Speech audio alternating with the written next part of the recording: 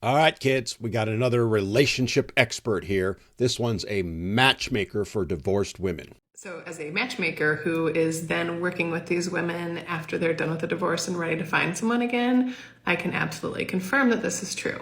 When we ask these women, why did your relationship or your marriage not work? Well, here's the first sign that there might be a wee bit of a problem here with what she's about to say, because she's basing it solely on what women say. Which, by the way, is a very common thing that happens. What men have to say, no one cares. No one even bothers to ask. They tell us that a lot of the times, especially where there were children involved, they ended up being a caretaker to not only the child in terms of keeping track of them, where they needed to be appointments, all of that stuff, but they were also taking care of the household. Color me shocked. Women taking credit for everything and dismissing anything a man does. Not like that's ever happened before. Doing all the cooking, paying all the bills, a lot of the responsibility. Again, notice, women do everything, men do nothing. And what a lot of women refer to as the mental load.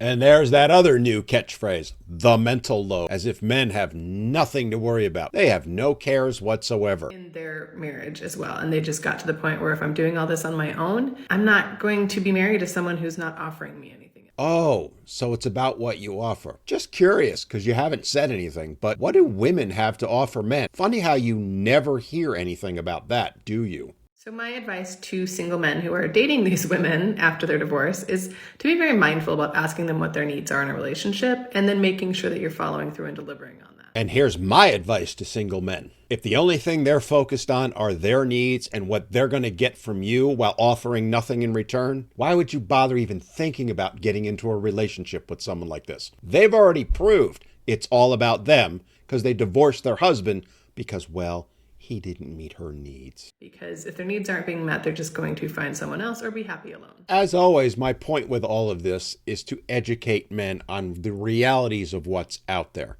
This is a woman who earns money by giving advice to divorced women on what to look for in their next mate. But what she's teaching them is that the relationship should be entirely focused on the woman. The man's needs, the man's wants, the man's desires are irrelevant. It's all about her. And the minute she thinks you aren't meeting them, hit the bricks, buddy. And as I always said, you can choose whether or not to get in relationships, but do so with your eyes wide open. Do so knowing that this mentality is the norm now. And again, they've already proven they'll walk away if they think their needs aren't being met, even when, most likely, they are, just not to the level they expect. And let's be honest, even if you did meet them, they'd just raise them again and again and again. It's a no-win situation for guys. Know that, understand that, and then decide whether you want to move forward in relationships or not.